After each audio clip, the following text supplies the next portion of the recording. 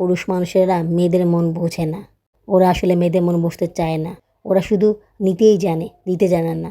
ওদের জন্য করলে অনেক ভালো, না করলে আমাদের মতো খারাপ মানুষ আর একটাও হয় না। গত ব্লগে লাইকও কম, কমেন্টসও কম। এত কষ্ট করে কাজ করি, তোমরা লাইক করো না, কমেন্টস করো না। ইদানিং স্বপ্নে খালি মাছ দেখি, মনের ভিতরে অনেক কষ্ট। তারপরে আমি সেই কষ্টটা মুখ বুজে সহ্য করে আসি। আমি যেহেতু আল্লাহ ভরসায় একটা বড় ডিসিশন নিছি, সেখান থেকে বের হওয়ার রাস্তাও আল্লাহবাক আমাকে করে দিবে, কোনো সমস্যা নেই। আল্লাহবাক যেটা করবে আমি সেটাই খুশি। আল্লাহবাক যদি আমাকে বাঁচিয়ে রাখে আলহামদুলিল্লাহ, আল্লাহবাক যদি আমাকে নিয়ে যায় তাও আমি খুশি। তোমাদের মধ্যে যদি কেউ আমাকে ভালোবেসে এই কাজটা করে থাকো, প্লিজ আপুরা এই কাজটা করো না। আমি রিকোয়েস্ট করতেছি, তোমরা কেউ এই কাজটা করো না। মাঝে মধ্যে ইচ্ছা হয় যে কিছু খেয়ে মরে যাই। সত্যি কথা, আমার বিশ্বাস করো, আমি সত্যি বলতেছি, আমার ইচ্ছে করে আমি কিছু খেয়ে মরে যাই। আমার আর ভালো লাগে না।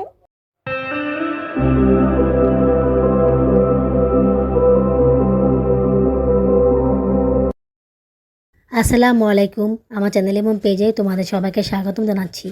তোমরা সবাই কেমন আছো? আশা করি আল্লাহর রহমতে ভালোই আছো। আমিও ভালো আছি আলহামদুলিল্লাহ। দেশে এবং বিদেশ থেকে যারা আমার ভিডিওটি দেখতেছো, তাদের সবাইকে জানাই আমার পক্ষ থেকে আন্তরিক অভিনন্দন ও ভালোবাসা। নতুন আরও একটি ব্লগ নিয়ে আবার তোমাদের সামনে হাজির হলাম।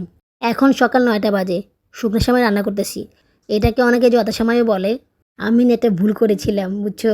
শুকনো সেমাই রান্না করতে গেলে তো আগে তেল দিয়ে গরম মশলা দিয়ে ভাজতে হয়, তারপরে সেমাইটা দিতে হয়। তো আমি না, তোমার কি জানি কী করলাম, আমি তেল দিয়ে আগে সেমাইটা ভেজে নিচ্ছি, গরম মশলাটা দিইনি। কেন যেটা করলাম বুঝতে পারলাম না। দুধ সেমাই মতো করে ফেললাম। দুধ সেমাই রান্না করার সময় তো সেমাইগুলোকে একটু তেলে ভেজে নিতে হয়, আমি সেটাই করলাম।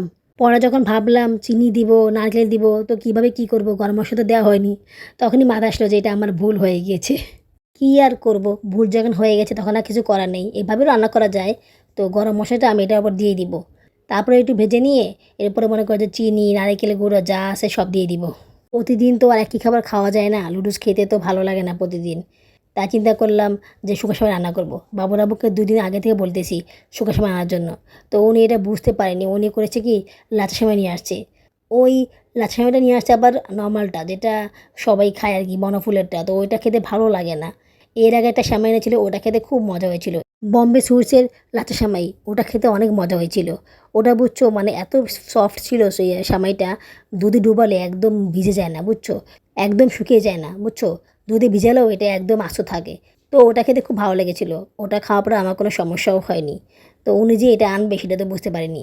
ওটা রান্না করার সময় ভিডিও করেছিলাম, সেটা তোমাদের সাথে পরবর্তী ব্লগে শেয়ার করব। ইদানিং এত বেশি গরম পড়েছে, বুঝছো, মানে অবস্থা খারাপ হয়ে গিয়েছে। তবে গতবারের মতো এত বেশি গরম লাগছে না আমার। গতবারে তো অনেক বেশি গরম লেগেছিলো, আমার অনেক কষ্ট হয়েছিল। তো সেরকম হচ্ছে না, মনে করো যে গরম লাগতেছে, এবার 2বার গোসল করা লাগবে এরকম না, একবার গোসল করলেই চলবে। মানে সহ্য করা যায় আর কি, সহ্য করা যায় না এরকম গরম এখনও পড়েনি। নাকি আমার কাছে এত বেশি গরম লাগতেছে না, আমার তো এখন অন্যরকম অবস্থা। তো জানি না কি হচ্ছে, তবে ভালোই হয়েছে। গরম বেশি পড়লে অবস্থা খারাপ হয়ে যায়, আমার তো মানে সহ্যই করা যায় না, আমার একটা অবস্থা হয়ে যায়। বাবু না খেয়ে চলে গিয়েছে, ওনাকে আমি ইচ্ছে করে খাবার দিইনি, মানে আমি ইচ্ছে করে পরে রান্না করেছি। কালকে রাতে ওনাকে বারবার বলেছিলাম আমার জন্য ওষুধ নিয়ে আসো, আমার জন্য ওষুধ নিয়ে আসো, আমার এখন ক্যালসিয়াম ওষুধ খাওয়া দরকার, আয়রন ওষুধ খাওয়া দরকার। ওনাকে আমি কতবার বলেছিলাম, উনি কিছুই আনলো না।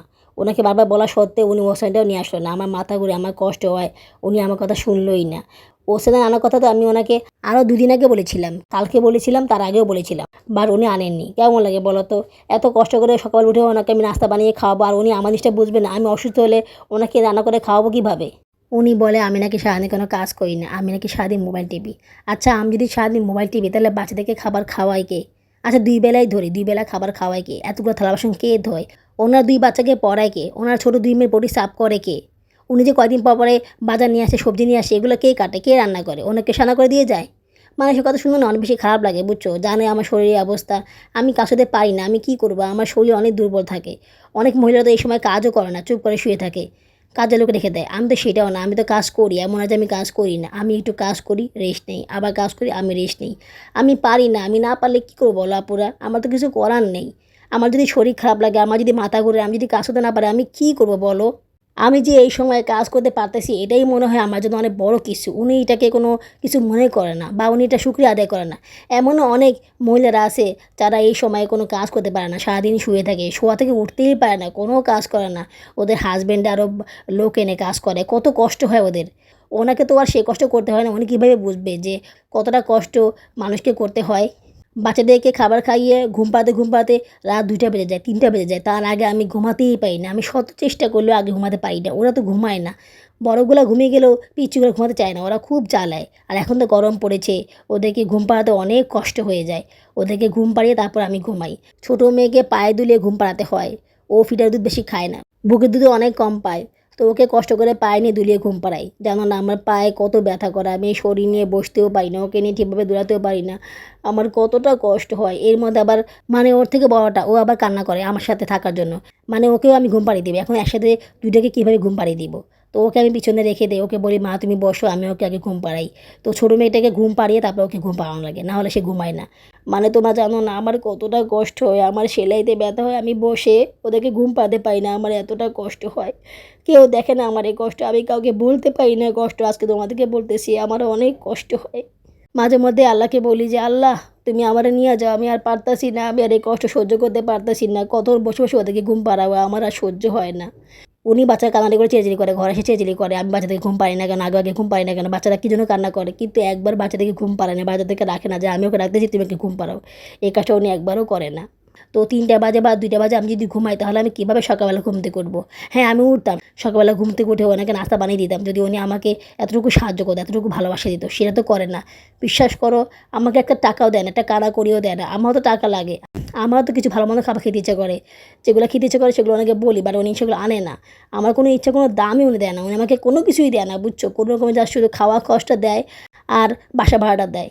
আমার পরনের কাপড়গুলো মনে করে ছিঁড়ে গেছে, আমার পরনের কাপড়গুলোও নাই। ওনাকে বলছে আনিয়ে দিতে, উনি সেগুলোও আনে না। বলো আপুরা, আমি কোথায় যাব বলো? আমি কোন জায়গায় যাব? মনের ভিতরে অনেক কষ্ট, তারপরে আমি সেই কষ্টটা মুখ বুজে সহ্য করে আসি। বাচ্চাদের মুখের দিকে তাকিয়ে আমি বেঁচে আসি, কোনো রকমে বেঁচে আসি। যেটা মানুষের বেসিক দরকার, বেসিক চাহিদা, সেগুলো তো দিবে নাকি? উনি নিজে দেখে যে আমি কীরকম জামাকাপড় পরি, উনি নিজে দেখে সব কিছু। বাট উনি কখনও এইটা বলে না যে নিয়ে আসবে, বলতেছে যে উনি আমার জন্য 3 পিস দেখছে নিয়ে আসবে, এইটুকুই শেষ, আর কোনো খবর নেই। তোমরা তো আমার ভিডিও দেখো, তোমরা কি বলতে পারবা যে বাবুর আব্বু আমাকে 3 পিস কিনে দিয়েছে, বাসায় পাওয়া যায়, বা কোনো কাপড় কিনে দিয়েছে? বলতে পারবা না। সেই যে ম্যারেজের একটা কাপড় দিয়েছে, এটাই শেষ, এরপরে আর কোনো কাপড় উনি দেয় নাই। এখনও বলতেছে ওষুধগুলো আনতে, উনি ওষুধগুলো আনতেছে না। আচ্ছা আমার যদি কিছু হয়, ক্ষতিটা কার হবে? আমার তো কিছু হবে না, আমি তো বেঁচে যাব। আমি মরে যাওয়া মানে বেঁচে গেলাম, আমার কোনো কিছু হবে না। কষ্ট ওনার হবে, ওনার বাচ্চাদের হবে। উনি বাচ্চাদের নিয়ে কী করবে, কোথায় যাবে, কীভাবে বাচ্চাদেরকে মানুষ করবে বলো? ওনার তো সেই যোগ্যতা নাই। যদি থাকতো তাহলে কোনো সমস্যা ছিল না। উনি তো সেগুলো করতে পারবে না। 4টা বাচ্চা বড় কথা না, উনি একটা বাচ্চা পালতে পারবে না, ওনার সেই যোগ্যতা নাই। উনি যদি এখন তাফানিং করে তাহলে ক্ষতিটা ওনারই হবে, আমার কিছু হবে না। কারণ আমি আমার নিয়তি মেনে নিয়েছি। উনি বলতেছে তুমি তো বলছিলা যে তোমার কোনো খরচ দেওয়া লাগবে না, আল্লাহ তোমার দিবে। এখন তুমি কেন আমার কাছে খরচ চাও? তুমি কেন এগুলো বলো? তাহলে তুমি দিবে তো কে দিবে? আমার আর কে আছে দেওয়ার মতন? তুমি তো আসো, তাই না? তুমি দিবে তো কে দিবে? কালকে যখন ডাক্তার বলবে যে রক্ত কম, ইঞ্জেকশন দেওয়া লাগবে বা রক্ত দেওয়া লাগবে, তখন তুমি কী করবা? তখন কি তোমার টাকা খরচ হবে না? তখন তুমি কই যাবা? আর তখন তুমি রক্ত দিলেই কি সব কিছু ঠিক হয়ে যাবে? হবে না। আমি গতবার তো সারা মাস ওষুধ খেয়েছিলাম, যার কারণে আমার রক্তর কোনো সমস্যা হয়নি, আমার রক্ত ঠিক ছিল। এবার যে ওষুধটা না খাই তাহলে তো আমার সমস্যা আরও বেশি হবে। তো সেটা কে বুঝবে? ঘুরে ফিরে সব কিছু ওনাকেই দেখতে হবে। উনি না চাইলেও আমার দায়িত্ব ওনাকে নিতে হবে। তো সেটা বিষয়ে ওনার এত তাফালিং কেন, এত কার্পণ্যতা কেন, এত ঝামেলা উনি কেন করতেছেন? আমি ওনাকে আর কিছু বলবো না। আমি শুধু আল্লাহর দিকে চাইয়া আছি।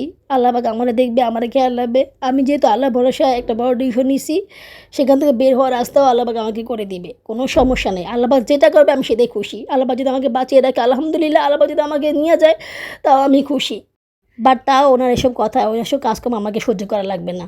মানে অতিষ্ঠ হয়ে গেছে আমি, বুঝছো আপুরা? আমি অতিষ্ঠ হয়ে গেছি।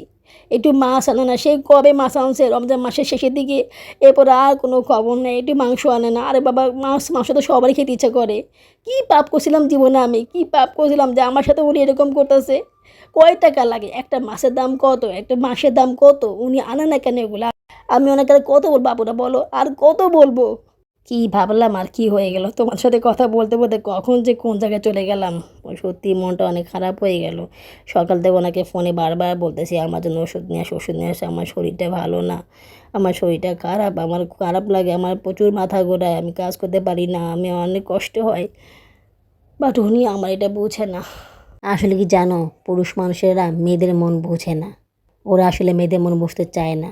ওরা শুধু নিতেই জানে, দিতে জানে না। ওদের জন্য করলে অনেক ভালো, না করলে আমার মতো খারাপ মানুষ আর একটাও হয় না। আপুরা লাইক করেছো নাকি এখনও চুপটি করে বসে আমার ভিডিওটি দেখতেছো? লাইক করনি? প্লিজ আপুরা লাইক করে দিও। আর যদি খুব বেশি ভালো লেগে থাকে তাহলে আমার এই ছোট চ্যানেলটিকে সাবস্ক্রাইব করে আমাকে আপন করে নিও। ভিডিওটি সম্পূর্ণ দেখার পর একটা কমেন্টস করে দিও। তোমাদের একটা কমেন্টস আমাকে কাজ করার জন্য অনেক বেশি অনুপ্রাণিত করে। তাই কমেন্টস করতে ভুলে যেও না কিন্তু। অবশ্যই অবশ্যই অবশ্যই কমেন্টস করবে। গত ব্লগে লাইকও কম, কমেন্টসও কম। এত কষ্ট করে কাজ করি, তোমরা লাইক করো না, কমেন্টস করো না।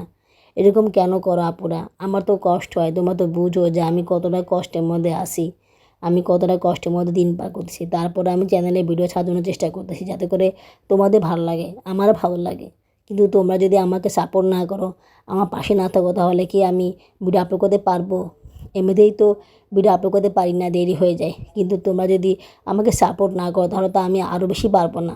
তোমাকে চাও না যে আমি কন্টিনিউ ভিডিও আপলোড করি। যদি সেটা চাও তাহলে প্লিজ আপনারা কমেন্টস করে দিও, লাইক করে দিও। আমার ভিডিওতে লাইক অনেক কম আসে, সেই কবে থেকে ভিডিও ছাড়ি কিন্তু লাইকের সংখ্যা বাড়তেছেই না। ভিউজ তো বাদই দিলাম, লাইক বাড়তেছে না। কমেন্টস যা একটু কম বেশি হয়, বাট লাইকসটা হচ্ছে না। আচ্ছা আপুরা, তোমাদেরকে একটা কথা বলি, কিছু মনে করো না। তোমাদের মধ্যে এমন অনেকেই আসো যারা আমাকে খুব বেশি ভালোবাসো, খুব বেশি পছন্দ করো, ঠিক আছে? সেটা তোমরা আমাকে ভালোবাসো, আমাকে অনেক পছন্দ করো। তো আমার ফেসবুকে ইদানিং দেখতেছি যে ফলোয়ার্স বাড়তেছে, ফলোয়ার্স অনেক বাড়তেছে, বাট সেভাবে করে ভিউজ বাড়তেছে না। তো যদি কেউ এরকম করে থাকো যে ফলো টু ফলো করে ফলোয়ার্স বাড়িয়ে দিয়েছো আমার, এরকম কাজ যদি কেউ করে থাকো তাহলে প্লিজ সেটা স্টপ করে দাও। আমি যদি এরকম করতে চাইতাম তাহলে আমি কবেই সেটা করতাম। আমি চাই না ফলো টু ফলো করে ফলোয়ার্স বাড়াতে। আমি চাই মানুষ আমাকে পছন্দ করে ফলো করবে, ঠিক আছে? কম লোক হলে কম লোক, ওরা আমার ভিডিও দেখবে। শুধু ফলো টু ফলো করে ফলোয়ার্স বাড়িয়ে কোনো লাভ নেই, কারণ ওরা পরে আমার ভিডিও দেখে না। বরঞ্চ এই কাজটা করে আমার অনেক ক্ষতি হচ্ছে, কারণ যেসব ফলোয়ার্স বেড়েছে ওরা কিন্তু আমার ভিডিও দেখতেছে না, আমার ভিডিওতে কিন্তু ভিউজ পারতেছে না। তার মানে কি, ওরা আমার ভিডিও দেখে না। তাহলে শুধু ফলো টু ফলো করে কী লাভ হলো বলো? তাই বলতেছি, তোমাদের মধ্যে যদি কেউ আমাকে ভালোবেসে এই কাজটা করে থাকো, প্লিজ আপুরা এই কাজটা করো না। আমি রিকোয়েস্ট করতেছি, তোমরা কেউ এই কাজটা করো না। হ্যাঁ, যারা ব্লগ ভিডিও দেখতে পছন্দ করে, যারা আমার ভিডিও দেখবে তোমাদের কাছে মনে হচ্ছে, ওদেরকে দেওয়ার সমস্যা নেই। কিন্তু যারা দেখবে না, শুধু শুধু অযথা ওদের কাছে মেসেজ করে বা ওদেরকে বলে ফলোয়ার্স বাড়িয়ে কোনো লাভ নেই। ঠিক তেমনই সাবস্ক্রাইব বেলাও সেটা খাটে না, কারণ ভিডিও সম্পূর্ণ না দেখলে বা ভিডিও এভাবে করে না দেখলে সাবস্ক্রাইবারটা কাউন্ট হয় না, ওটা এমনিতেই ডিলিট হয়ে যায়। আমার জীবনে কষ্টের শেষ নেই, তারপর তোমার সাথে কথা বলে, তোমার সাথে মনের কথা শেয়ার করে আমার কষ্টটা কিছুটা হলেও ভোলার চেষ্টা করি, কিছুটা হলেও ভালো থাকার চেষ্টা করি। আর 10টা মানুষ যেরকম লাইফ লিড করে, আমি কিন্তু সেরকম লাইফ লিড করি না। ইভেন রিক্সাওয়ালারাও যত ভালোভাবে থাকে ওরকম ভালোভাবে আমি থাকি না। কাজের মহিলারা যত ভালোভাবে থাকে অত ভালোভাবে আমি থাকি না। আমার জীবনের সুখটুকু হচ্ছে আমার সন্তান সাথে কারণে কিছু মুহূর্ত, বছরে একবার দুবার ঘুরতে যাওয়া, আর যদি কোনোভাবে একটু ভালো মন্দ খাবার খেতে পারি, এইটুকু হচ্ছে আমার সুখ। এর থেকে বেশি কিছু সুখ না আমার জীবনে নাই। যেদিন নিজের পছন্দ মতো কোনো খাবার কিনে খেতে পারি, সেদিন বিশ্বাস করো অনেক বেশি ভালো লাগে, অনেক বেশি শান্তি লাগে। হোক সেটা কম দামি খাবার, হোক সেটা কম দামি জিনিস, কিন্তু অনেক বেশি ভালো লাগে যে না আমি সেটা করতে পারতেছি। আর যেদিন সেটা করতে পারি না, সেদিন অনেক বেশি খারাপ লাগে। তোমরা জানো না আমার কত কিছু খেতে ইচ্ছা করে। আমার ইচ্ছা করে আমি একটু পাঙ্গাস মাছ রান্না করে খাই, একটু চিংড়ি মাছ ভুনা খাই, আমি একটু আমের আচার খাই, কাঁচা আম মেখে খাই। আমার অনেক কিছু খেতে ইচ্ছা করে, বাট আমি কিছুই খেতে পারি না। ইদানিং মনে করো যে না খেয়ে ভাসে যে পোলা রান্না করতেছে, তেহারি রান্না করতেছে, তেহারি খেতে খুব ইচ্ছা করতেছে, বুঝছো? একটু গরু মাংস আমি ফ্রিজে রেখে দিয়েছি। বাবাকে বলেছিলাম যে পোলা চাল নিয়ে আসো আর একটু গুঁড়া দুধ নিয়ে আসো, আমি একটু তেহারি রান্না করবো, বাট উনি সেটাও করতেছে না। আমি কি করব বলো আপুরা? আমার চাহিদা কি খুব বেশি বড়? আমি কি খুব বেশি কিছু চাইছিলাম যে এগুলো উনি দিতে পারে না? এগুলো কিনতে তো খুব বেশি টাকা লাগে না, শুধু একটু মন লাগে, কিন্তু সেটাও উনি করেন না। মাঝে মধ্যে ইচ্ছা হয় যে কিছু খেয়ে মরে যাই। সত্যি কথা, আমার বিশ্বাস করো, আমি সত্যি বলতেছি, আমার ইচ্ছা করে আমি কিছু খেয়ে মরে যাই। আমার আর ভালো লাগে না, বাট ছোটো ছোটো বাচ্চাদের মুখে থেকে তাকে আমি এগুলো কিছুই করতে পারি না, কিছুই করতে পারি না। এই দেখো আমি আবার ইমোশনাল হয়ে গেলাম। আসলে ইদানিং না অল্পতে ইমোশনাল হয়ে যায়, নাটক দেখলে ইমোশনাল হয়ে যায়, কোনো ছবি দেখতে গেলে ইমোশনাল হয়ে যায়, চোখ দিয়ে পানি বেড়ে যায়। মানে ইদানিং জানি আমরা কীরকম হয়েছে, অল্পতে ইমোশনাল হয়ে যাই, মনটাকে কন্ট্রোল রাখতে পারি না। আমি একটু তোর সাথে বসেছি আর মেয়েটা কান্নাকাটি করা শুরু করে দিয়েছে। ওকে আমার কাছে আনলেই একটা সমস্যা। ওর বাবা শুধু দুধ খেতে চায়, আমার কাছে থাকতে চায়। আমার কাছে থাকতে চায়, এটা কোনো সমস্যা না, সমস্যা হচ্ছে দুধ খেতে চাওয়া। আমার তো অত বেশি দুধ আসে না, দুধ অনেক কম আসে। সামনের মাসে মনে হয় দুধ আরও পাবে না, তখন যে কী হবে আল্লাহ জানে। মানে ও খুব দুধ খেতে চায়, কিন্তু আমি তো দিতে পারি না দুধ।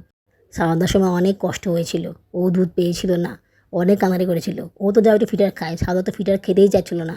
ওকে যে কত কষ্ট করে ফিটারে করে দুধ খাওয়া অভ্যাস করেছিলাম জানো না আপুরা। প্রথমে তো চামচ দিয়ে ওকে দুধ খাইয়েছিলাম, চামচ দিয়ে খেতে চাইতো না, অনেক কষ্ট করে ওকে চামচ দিয়ে খাইয়েছিলাম, তারপর ওকে ফিটারে খাওয়ানো অভ্যাস করেছিলাম। আল্লাহ রহমতে ও ফিটারেই খাওয়া অভ্যাস করেছে, না হলে যে কী অবস্থা তো আমার আল্লাহই জানে। তাড়াতাড়ি করে কিছু তরমুজ খেয়ে ওকে কোণে নিলাম। তরমুজ দিলে ও খায় না, সাদা আবার খায় পছন্দ করে, কিন্তু ও খায় না, কি জানি না। তবে সাদা যখন পেটে ছিল তখন তরমুজ খাওয়া অনেক ক্রেভিং ছিল, তরমুজ খেতে খুব ইচ্ছা করেছিল শুধু তরমুজই খাই। এই কারণে হয়তো বা সাদার তরমুজ খাওয়ার প্রতি আগ্রহ বেশি। তোমাদেরকে তো বলাই হয়নি, সকালবেলা শুকনো সেমাই খাওয়ার পরে আমার অবস্থা অনেক খারাপ হয়ে গেছিলো। তোমরা হয়তো বা খেয়াল করে দেখবা যে আমি সেমাই অল্প খেয়েছি, বেশি খেতে পারিনি, কিন্তু বেশি নিয়েছিলাম, খেতে পারিনি। মানে ওই সেমাইটুকু খাওয়ার পরে আমার যে কি হয়েছে আমি জানি না, আমার মাথা ঘুরে আমার অবস্থা অনেক খারাপ হয়ে গেছিলো, আমি শোয়া থেকে উঠতেই পারছিলাম না। এত বেশি মাথা ঘোরাচ্ছিল, এত বেশি খারাপ লাগছিলো যে আমি কি বলবো, মানে খুব অস্থির লাগতেছিলো আমার কাছে। এই সেমাইতে যে কী আছে আমি জানি না, আমার কাছে এত খারাপ লাগছিলো কেন আমি বুঝতে পারছিলাম না। এদিকে ঘরের মধ্যে স্যালাইনও নাই, মানে অবস্থা অনেক খারাপ হয়ে গিয়েছিলো আমার। তারপরে ঘন্টাখানেক বিছানায় শোয়ার পরে এপাশ ওপাশ করার পরে অনেক কষ্টে উঠলাম, উঠে একটু হাঁটলাম, তারপরেও খারাপ লাগছিল। তারপর কিছুক্ষণ পরে একটু ভালো লাগা শুরু হয়েছে। রান্না করতে ইচ্ছা করে না সোনা, মাছ নেই, মাছ ছাড়া রান্না করতে ইচ্ছা করে না, ইদানিং মাছ খেতে খুব ইচ্ছা করে, কিন্তু তারপরেও করতে হবে, কী আর করার।